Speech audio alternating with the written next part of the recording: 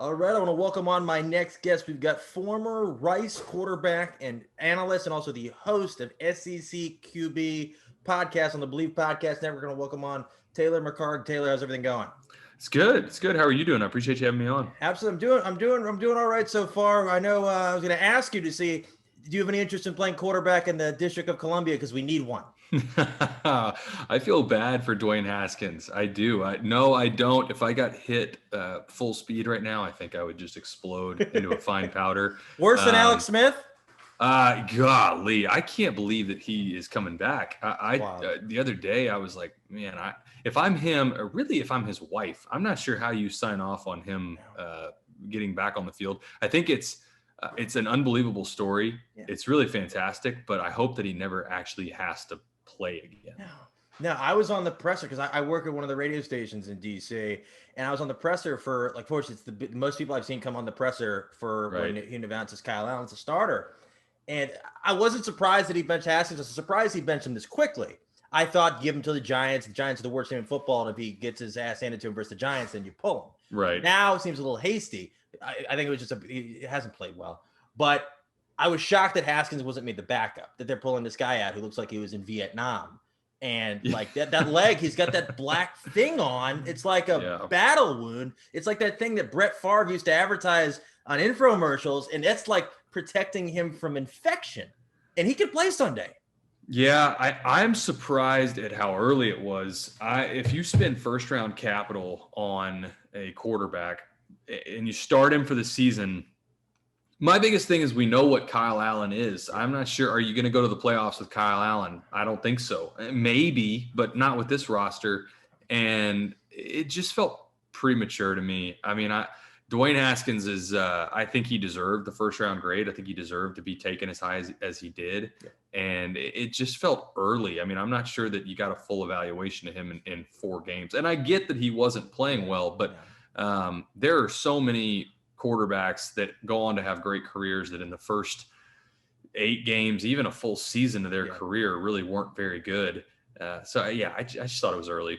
Yeah. Now the thing is, like, I don't, for me, it wasn't about the games, because I feel like you can see talent early. And even with the guys like Minshew, you kind of saw it early. Even with like Darnold, and the Jets are a dumpster fire, he still makes plays that wow you. Same thing with Burrow early on. I know he's number 1 overall pick, but with Haskins, it's all seemed pretty average to me so far. And I think maybe that's why I don't know. The weapons around him are not satisfactory. The offensive line has been completely decimated. Trent Williams is gone. Brandon Scherf's always hurt, but maybe they just wanted more, and maybe this motivates him to do better, or maybe it gives him an opportunity to go somewhere else. But we'll see. But it's been wild. I don't think if they go to the playoffs, what are they going to do? Like Dontrell Inman is the second best receiver on this team, and I'm pretty sure he broke his wrist 2 weeks ago, but he seems fine now. He didn't catch anything on Sunday. But yeah, so I wanted to ask you a little bit about your career. Is it true you played with drawing a blank? I literally just I said, did you play with Vance McDonald? I did play with Vance McDonald. Vance McDonald was my roommate at one point. Wow. At one point, my first house when I moved off campus, I had Luke Willson, tight end for the Seahawks. Yes, he's a legend. He's a Hard Knocks legend. Hard Knocks legend, and Vance McDonald was in that house as well. And then a buddy of mine, a receiver named Randy Kitchens. But Randy and I were not, we did not go on to have prolific NFL careers. But Vance was the funny thing about Vance is that he was a gray shirt. He wasn't even a sort of a regular scholarship guy that came in on time. He's from Winnie, Texas, and he played like 4 or 5 sports for them. He had never really lifted a weight, and we got him, and he was unbelievable. I mean, there's only there's a couple guys, him and I don't know if you know the name Sam McGuffey, but he is the first sort of YouTube sensation from football. He was famous for jumping over guys in his high school highlight tape right when YouTube became famous. But those 2 guys Vance was just a freak of nature. I mean, he'd just do like open gym in basketball, and he'd be throwing basketballs off the backboard and slamming it. So he was a freak and has obviously had a great career in the NFL. When he stiff armed the hell out of that guy last year, were you like not surprised at all? No, not at all. He did stuff like that. Did stuff like that in practice all the time, and our DBs were like, "You need to stop going this hard. You're gonna hurt somebody." Yeah. And then what's your best Luke Willson stories? I know he's a Canadian guy. I know he's kind of like a free spirited kind of guy. What was he like playing with? Same thing. I mean, such a fun teammate to have, kept it light. I've got a ton of stories that I probably can't share right now. But the biggest takeaway from Luke is just that everybody loves Luke and everybody's got something nice to say about him. His teammates, guys that I meet just in passing that have either played with him with the Seahawks or just know him through their relationships in the NFL. Everybody likes that guy. And I think that's what always stood out to me at Rice is that everybody likes Luke. Yeah, that's awesome. So what was your experience like playing there? Yeah, the ultimate sort of success story, we had won 10 games, won our conference in 2013, which is our first, Rice is not a football powerhouse, right? And so that was our first outright conference championship since like 1954. Oh, cool. That's awesome. Or something like that. So had a bunch of guys. The weird thing is during that stretch of time, we put a bunch of guys into the NFL. I think it was 2 years ago. We had 11 guys on active rosters in the NFL, which was more than a handful of the Big 12 schools. Yeah. So that's we've still got a few guys. Anderson Dejo with the Browns, Chris Boswell, kicker for the Steelers. Sendejo play with you? Sendejo was my host on my official visit at Rice. He's a beast. He is. So Christian Covington with the Bengals. Yeah, he was on the Texans for a little bit, right? He was on the Texans. So there's a few guys that we're not, we don't have the first rounders, right? We don't have superstars, but there's guys that end up having really nice. I mean, Sendejo's in like his 11th year in the league. He's a beast. So it got to play a bunch. I was really fortunate to be a 4-year starter and winning our conference championship, played in a couple bowl games. Oh, cool. For that stretch of time at Rice, it was a lot of fun. What was like just kind of like that campus experience, like that year where you guys were killing it? What was it like just being like kind of the biggest guy on campus? Yeah, it's weird because Rice is small. I mean, Rice is like 3,500 students under. Oh, I thought it was bigger. Oh, no, it's really small. So you're not getting like massive student turnout just because it's a small school. Yeah. But that was the first time that we had built some momentum and certainly the first time we were ever approached on campus by people that were like cheering us on and hey, we good luck this weekend, or when we were going to play the conference championship, stuff like that. But it was a fun year. I mean, that's a year that those guys, the guys that I played with in that senior class, we have a lot of pride in that. And when we go back to Rice, there's still a lot of pride tied to that. That's awesome. So I have a question. If you were playing today with the pandemic and everything going on, would you feel like, all right, this is kind of weird. Like, this is like, should we be playing? Yeah. The thing that stands out to me is like, I can't imagine a scenario where I would have opted out. Like, interesting. The only scenario I can really think of is if you're a first round pick. I mean, unless your name is Trevor Lawrence. And he's playing. Right. And he's playing. Like there's a couple of guys that are sitting out that I'm like, I don't know. I feel like you probably should be getting out there. But it would be bizarre right now because it's this constant start and stop. Yeah. And the biggest thing that every college student, male, female, I don't care what your situation is, the hardest thing to do would be to just stay away from people as a college football player, or college athlete in general, where it's like, hey, we're going to try and play.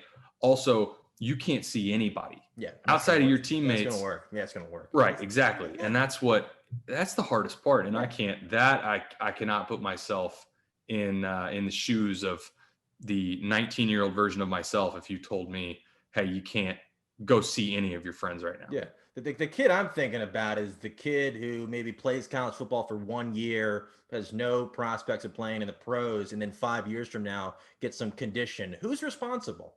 He is. The school's not going to help him. Yeah, and that's one of the things that the Big Ten pointed to when they were quick to the draw with shutting everything down is where's the liability ultimately fall? Yeah. And I don't think anybody, actually, I know no one has the ultimate answers on this stuff, right? So it's all figuring this out as we go. There's somewhere along the way, there's going to be something that happens that's terrible or tragic that you obviously don't want it to happen, but the finger is going to get pointed at those schools. It is what it is. Yeah, no, it's wild. like especially first round picks, you're not taking the chance. And when I know some of the schools we're talking about, we're to play spring football. None of the top recruits are going to play. Why would they risk their draft position and play in the spring, potentially get hurt? So that's just like having 2 seasons. That's not going to happen. But it's what plus when you use every week, it's like, oh, this big game. Oh, wait a minute, it's postponed. I mean, like, what's going on here? And for a lot of these schools, like, even if there's the classes are online, like I went to Towson. It's a small school. Yeah. Yeah. Oh, yeah. Now football teams, nothing to brag about. But even if everything's online, I still see people on Snapchat flooding the bars every week. It's not like it's happening. And I'm sure it's happening on every campus in the country. Oh, I'm here. I live in Austin, and they got in trouble too. Didn't they say Austin, no off-campus parties? Oh my gosh. That worked. Exactly. And meanwhile, you go to West 6th Street to watch a game and it's packed. I mean, these schools are doing the best they can, and they're putting up this facade almost that we have these safe protocols and our athletes are doing X, Y, Z. But then, like you mentioned, I mean, all you got to do is follow a couple of their football players and look on their Instagram stories, and you're like, okay, well then you're not, you guys aren't abiding by anything. No, it's incredible. It's wild.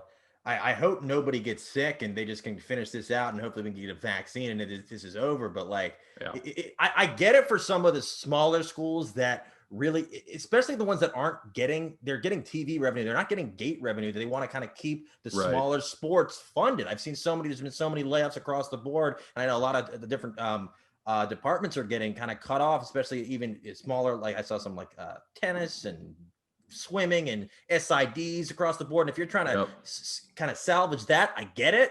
But for like these big schools, like it's all money. It's all money. It is. It's hard. It's that's the unfortunate byproduct of all of this is we've already seen a few sports get eliminated. There's more to come, which is unfortunate, but the lost revenue for these programs, we haven't felt the full impact of this yet. And there's going to be more of it that comes. And I think when we get on the other side of this, it's going to take a year or two to really figure out what college athletics looks like. It's going to be different. It's not going to look the same as it did last year, where I think you're going to have less programs, and there's really going to be a focus on your men's athletics with the revenue sports, and then female athletics, because of Title IX, they're not able to eliminate as many. It just is what it is. If you're going to keep football, you've got to keep more women's sports because there's so many scholarships tied up with football. Yeah, it's wild. I also think that it's also, especially maybe with some kids that didn't get the chance to play. Like I know, for example, with the kid from North Dakota State, Lance, they played one game. So all the players that they have that are freshmen will be freshmen next year. So the freshmen from next year, what are they going to do? So then there's going to be transfers all over the place, and that's going to happen across the board. So it's going to be hard. It's going to be bizarre. I don't know what and then so for people that are just getting into college football, who do you like this year? Because it's unlike a season we've ever seen. It is. And again, I'm in Austin, so I'm in the Big 12 country, and the Big 12 looks really underwhelming to this point in the season. Oklahoma and Texas both not playing very well. Oklahoma State somehow is in the driver's seat in the Big 12, and I don't think they're all that good. I think the SEC is pretty deep this year. I think especially this is the first year in a while that the SEC East actually has, you look at Georgia's always hanging around the hoop out of the East. Florida looks good. Kyle Trask is playing phenomenal. And Tennessee, for the first time in a long time, looks like they could win the East. I mean, they've got to have some things go their way, but they're playing good football. I think you're going to get a mix of the usual suspects by the time this thing is all said and done. When we get to the Final Four, and I know this is a boring answer, but to this point in the season, UCF just lost. I don't think you're going to get some group of 5 school that pops up and ends up in the Final Four. The Big 12 doesn't look very good. So it wouldn't shock me if you end up with the, again, usual suspects, Clemson, Ohio State, Alabama, and then fill in the blank number 2 SEC school. The wild card still is the Pac-12, which the Pac-12 has not looked very good. It's, since the college football playoff has been around, I think they've only had 1 or 2 teams make the Final Four. So you hope as a college football fan, just for parity, that the Pac-12 puts somebody out there that runs the table and is able to compete with the Alabamas and Clemson's. But Clemson to this point in the season, Trevor Lawrence looks fantastic. Yeah. Alabama has reloaded. LSU is not going to be in the picture. We saw their week 1 loss to Mississippi State. Yeah, they've had to replace way too much talent. Oh yeah, that's everybody. But it's this is like you said, we've never seen anything like this. No, nothing else. So wait a minute, I always botch his name. Sam Ehlinger. How do you pronounce his last name? I always botch it. I say Ehlinger. Some people say Ehlinger. I don't know. I'm going to say Ehlinger, but Tom Herman is very lucky to have him. I will say that. So is Texas back? I've been hearing Texas is back. No, really interesting. Texas is not back. Texas is. Texas should have lost to Texas Tech. Texas did lose to TCU, and I don't know what. I drank the Kool-Aid. I went on ESPN Houston 2 weeks ago. I put Texas as my number 5 team in the country. Wow. They're going to end up in the playoff. They're going to win the Big 12. I mean, if Old Takes Exposed on Twitter were to ever listen to this, like absolutely blast me for this, but I drank the Kool-Aid. I thought they were going to be fantastic this year, and their defense is they're still not there. And I don't know what it takes, but they're not physical. Tackling is atrocious against Texas Tech. I mean, it was as bad at tackling as I've ever seen, and they should have lost that game. But no, Texas is very much not back. And if you're a fan, the expectation at a school like Texas, similar to any of the blue chips, is to be in the Final Four and compete for a national championship, and at a minimum, be in the conversation to win your conference at the end of the year. And they have reason to be frustrated at this point because it just hasn't happened on schedule like they expected it should have. Are they having fans at those games? They are. I'm not sure what the capacity is right now. I want to say they had like 10 or 12,000 people at the first game. I don't think at any point in the year it'll get over 25%, but who knows? I mean, the Dolphins just announced they're trying to move forward with full capacity. Yeah, because that's going to happen. Yeah, because everybody's going to show out to see Devontae Parker and Fitzmagic. You can see the beard from any section in the stadium, but I saw they're still not going to go over 12 most likely. But yeah, it's incredible. And then so when the Big Ten comes back, you like Ohio State? What are your thoughts on that? Yeah, I like Ohio State. Michigan, I will not get on the bandwagon with Michigan until they actually do it. I just think Harbaugh struggles against Ohio State. That's similar to me to like betting against Belichick. I mean, it's one of those things that like you just give him the benefit of the doubt. Of course. I just give Ohio State the benefit of the doubt. I mean, it feels like no matter whether it was Urban Meyer or Ryan Day, it doesn't matter who they have at quarterback. They just sort of seem to figure it out. And I'm not sure across the board in the Big Ten that there's going to be anybody that pops up to really challenge them this year. Interesting. And then for draft prospects, what's your order on the top quarterbacks this year outside of Trevor Lawrence? Well, the hard part is that Trevor Lawrence is well, I guess it's not the hard part. Trevor Lawrence is going to be the number 1 overall. I mean, Todd McShay and Kuiper have him as the hands down number 1. I think behind him, Trey Lance out of North Dakota State, like you mentioned. Have you seen enough from him? He's a fantastic talent. He is interesting because he hasn't played a ton of football. No. And this is not a great comparison because I think he's better than Mark Sanchez. But Mark Sanchez, when he left USC, was a really good pro prospect, but he left, I want to say, after his redshirt sophomore year. He hadn't played that much. And I think leaving, I'm just a proponent of this, just as a rule of thumb. You need to, at a minimum, get through your redshirt junior year as a quarterback. I just don't think you've seen enough football after your redshirt sophomore year. But Trey Lance was fantastic last year. I don't think he had he didn't have a single 28 touchdowns and 0 interceptions. Yeah. No. And is a great athlete and is doing it with, I mean, he's playing at the FCS level. So there's not. I think they have a good tackle. I saw.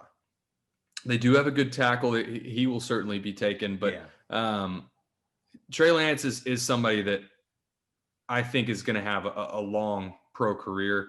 I would love to see him get another season though.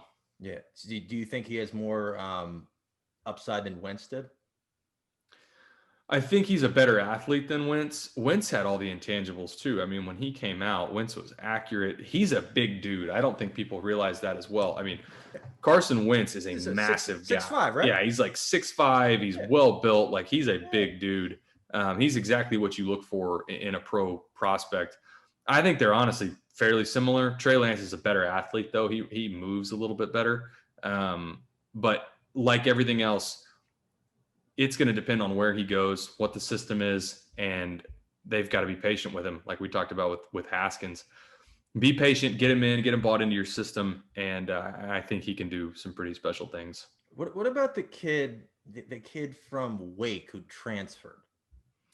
Yeah, down at Georgia now, and I'm blanking on his name, but he opted out for the season. He is he does a lot of good things. He's really accurate.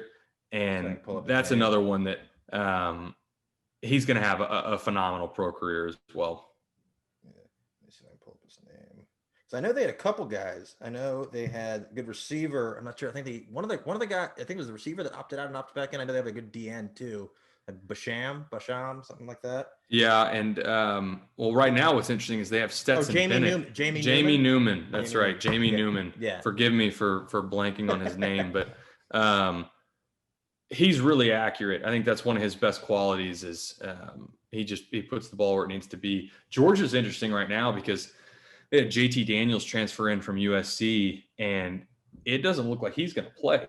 I mean, Stetson Bennett has taken over as a former walk-on. It's a quarterback name and a half. That's right. That's a QB name. Stetson Bennett the fourth, and he's from Georgia. Yeah. Yes. Yeah, it's like up there with the Gardner Flint Minshew the second. Just a 100%. He was either going to be your starting quarterback or he was going to be in a fraternity at Georgia. I mean, probably both. Right, both. Yeah, I think potentially both. But Stetson is just completely shocked me because he looks fantastic. I mean, they're not doing a ton with him right now. He's not really getting the ball downfield, but he knows exactly what's going on. I mean, you can tell when a quarterback in college especially is dialed in and just knows what's going on. And he is that guy. He's not going to go beat you with his arm. I mean, he's not Trevor Lawrence, right? He's not Kyle Trask. That's another one from your question earlier on who do I like. Kyle Trask is going to be taken really high. How high?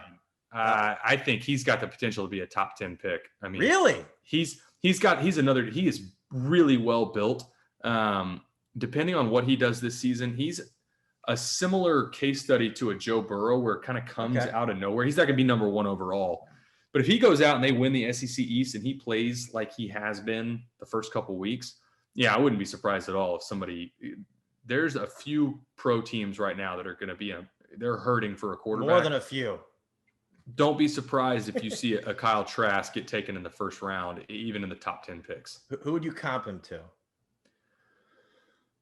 He's a bigger guy. He's not as big as Ben Roethlisberger, but if you look at Ben Roethlisberger when he was coming out of college, Ben had a massive arm coming out of Miami of Ohio, but he was super accurate and he was just athletic enough to move around. And he's always been known for you just can't bring him down. Trask has a little bit of that in him. Interesting. And then flipping over to NFL, are you a Cowboys guy or a Texans guy? Man, I grew up a Cowboys fan, and that's been the most frustrating. My whole extended family's from Dallas.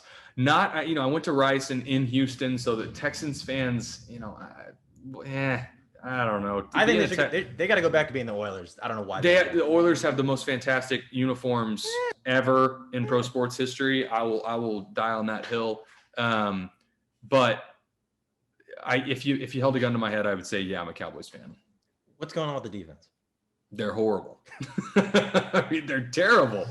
Watch the game last week. They paid DeMarcus Lawrence. They got Diggs' brother. I don't know why they let Byron Jones go. Is Sean Lee still there? He's been there since like 1968. What is he? He's hurt, right? Sean Lee's hurt? No, I'm thinking of Van Der Esch. He's always hurt too with the collarbone, with the dad. I know. It's Jerry Jones has spent so much money, and he spent some money on the defensive side of the football, but he spent so much money on the offensive side of the football. And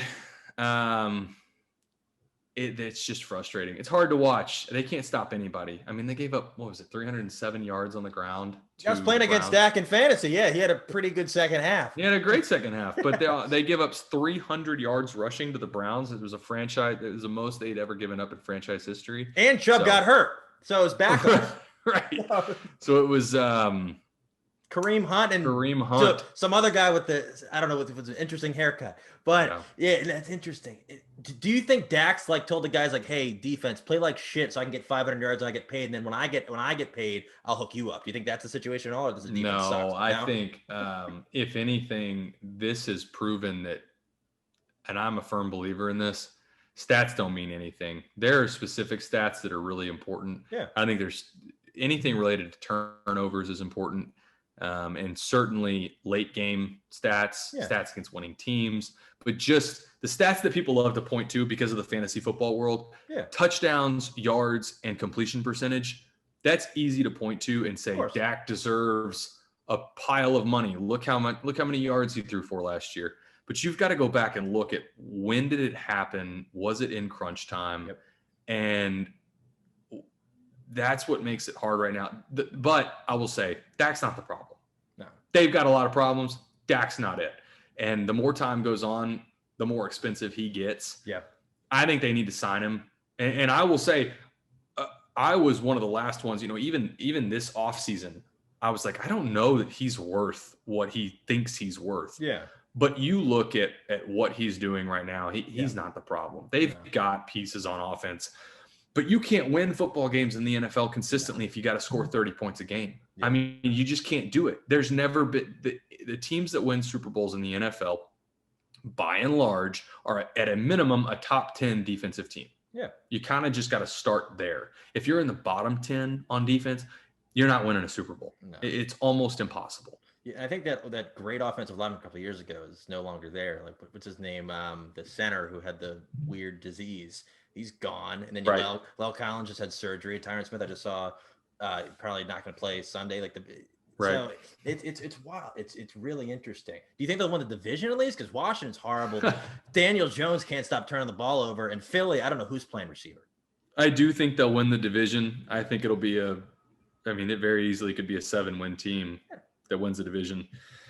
But I also think the Eagles could, if there's another team that could figure it out along the way, it'd be the Eagles. But just in general, I mean, it's kind of a dumpster fire of a division right now. What are your thoughts on the Texans and Bill? So Bill O'Brien, the GM, got fired. Bill O'Brien, the head coach, got fired, but he's still calling plays. So we'll see how that goes. Yeah, no, it was time. I'm not sure. His decision-making as a GM, I mean, DeAndre Hopkins is the easy one to point to, but my God. Tunsil, they gave up all the picks for Tunsil. They traded, what's his name? It doesn't matter where they land at the end of this year. They don't have a first-round pick. No. It doesn't matter. No, they lost Clowney. They traded for Tunsil. J.J. Watt's not happy. DeAndre Hopkins is thriving in the desert. Right. It's what, and as a former quarterback, could you see Watson out there struggling because he's not being able to reach his full potential with Bill O'Brien there? I think there's some of that. I think Deshaun is electric, and if you can't, I give him the benefit of the doubt. He's one of the handful of quarterbacks in the NFL where if he's not playing well, I do think that there's an issue with the system, and it's not the same thing because I think he is better than Sam Darnold. But if you look at the Jets are being handicapped by their system. They don't get the ball downfield. They are constantly, their route schemes, if you just watch the New York Jets, their route schemes are all inside of 15 yards. There are so many checkdowns, so many throws into the flats where you're like, we got to stretch the field at some point. But for the Texans, I do think he was limited by Bill O'Brien's play calling and stripping away all of his talent as well. Even Sunday, they were right in that. Even though they lost the game, but was it an overturned touchdown to Fuller that nullified it? He'll keep you in that game. And you're not going to get. It's hard to blow out a team with a quarterback that good. I mean, it's really difficult unless you're the Lions. But I'm a Deshaun Watson fan. Who is a team that you think people are sleeping on that you're expecting to see big things from this year? The Bills, and even though I think they're undefeated right now, but it still feels like people are like waiting on them to revert back to 8-8. Yeah. But it's not going to happen. I mean, they are legit, and Josh Allen is legit. They're going to win a bunch of games, and do not be surprised if we look up at the end of the year and they win the AFC. What is it? East for the first time. Is it the East or the North? No, it's not the North. It's the AFC East. Yeah. They would be the first time in a long time that the Patriots don't win it. But they're legit. I mean, you watch them, they do things the right way. They're always in the right spots. They're well coached. They're physical. Offensive and defensive line are playing well. Oh, and by the way, Josh Allen has an absolute bazooka. Yeah. So he's Cam Newton 2.0.